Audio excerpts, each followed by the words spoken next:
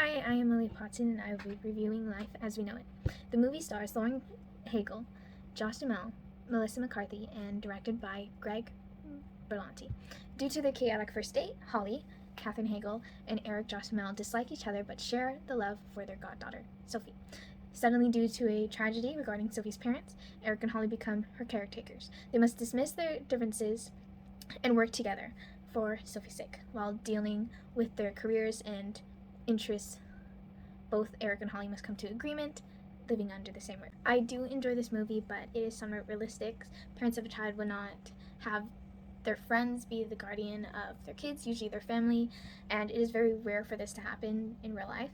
But I think that's kind of what makes the story a little unique. It's rare to have your friends raise your child instead of your family, like your grandmother or your parents. I think Holly and Eric must work around each other's schedules to make things work, and this is pretty realistic with people in real life, how married couples have to work around each other to raise a child. And raising a child can be very difficult and stressful, but there's also benefits of becoming a parent that shows in the plot, and I think that's very important to display to people. And their characters' personalities do complement each other, that one is a man that has no commitment, and then there's an independent woman that just overthinks everything, and the personalities do connect with each other. I think that's something that people would root for their relationship to work. Specifically, Eric gets a last-minute opportunity to direct a basketball game, but Holly already has plans and she cannot take care of Sophie, so he must find someone to take care of the baby, and he bribes his cab driver to babysit her, but the cab driver's pretty much against it and kind of babysits and doesn't really watch her. It just didn't really go well for him, and I doubt this will ever happen, giving up your child to a stranger that you do not trust and you do not know. It doesn't happen in real life, but it's kind of like something for the comedy of the movie. The acting is really good. Josh Duhamel and Katherine Hagel, I watched a lot of their movies. Katherine Hagel plays in lots of romantic comedies, so her character is around the same personality, so she plays it very well. She perfected that character, or that type of character. And the delivery from Josh Duhamel of jokes and puns is so effortless and very natural. It's like when you're joking around with your family, you're not there to perform it in front of everyone. It's just you and your family, someone you're comfortable with. Let me be miserable. It's depressing. I don't care. You know what? I am so sick of all your dark little comments. I ruined my life for her. Oh, I'm so sorry, Messer. The parenting isn't nearly as fun as you thought it was going to be. Yeah, you're happy to get rid of your old life because your old life sucked. My old life didn't suck. Yeah, it did. My life was great.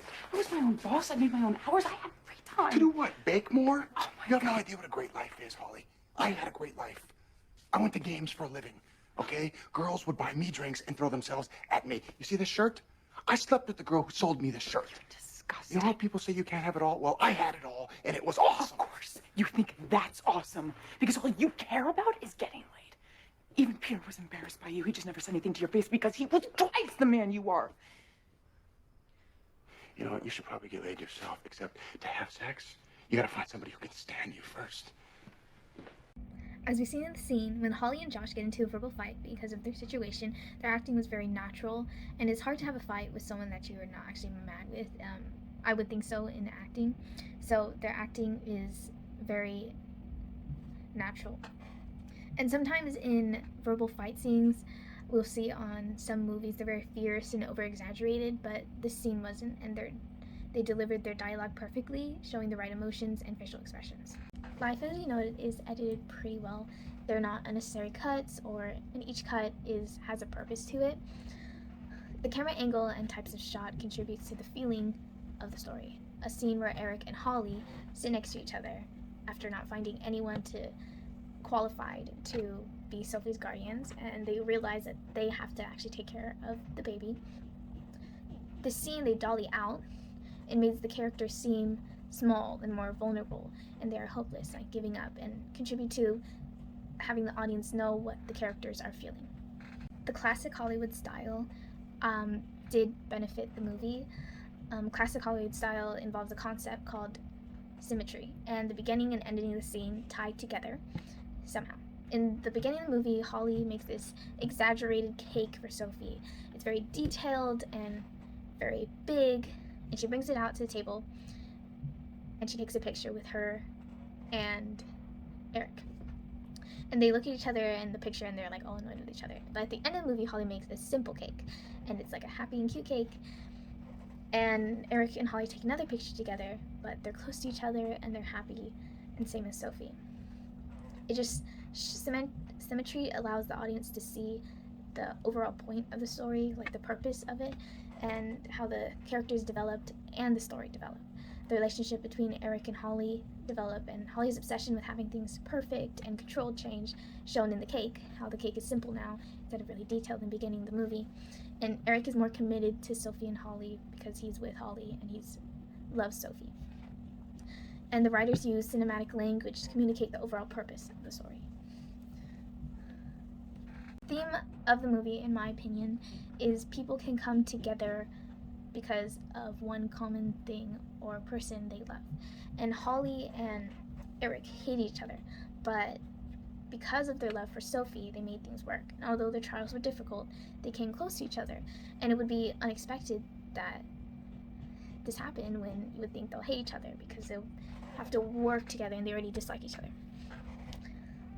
But I also think that along with trials comes benefits. And though it was really difficult raising this child, they realized that they get to love this child and they get to spend time with each other.